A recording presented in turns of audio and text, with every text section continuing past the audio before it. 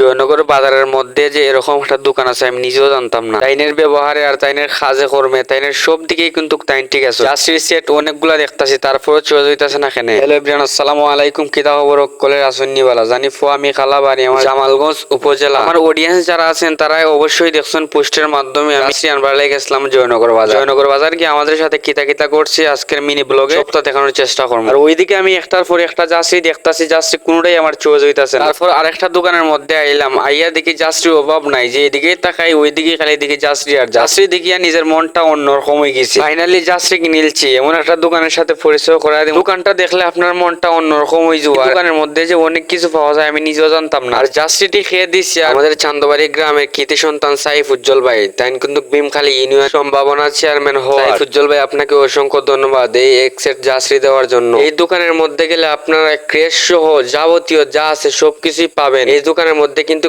Print করা হয়, উন্নত মানের প্রিন্ট করা হয়। জার্সির মধ্যে মগের মধ্যে যা আছে সবকিছুর মধ্যে কিন্তু প্রিন্ট করা হয়। লোকেশনটা হচ্ছে জয়নগর বাজার আর দোকানের নাম হচ্ছে MR কম্পিউটার স্টেশনারি। আর কেউ যদি স্পন্সর করাতে চান তাহলে অবশ্যই আমার সাথে যোগাযোগ করবেন।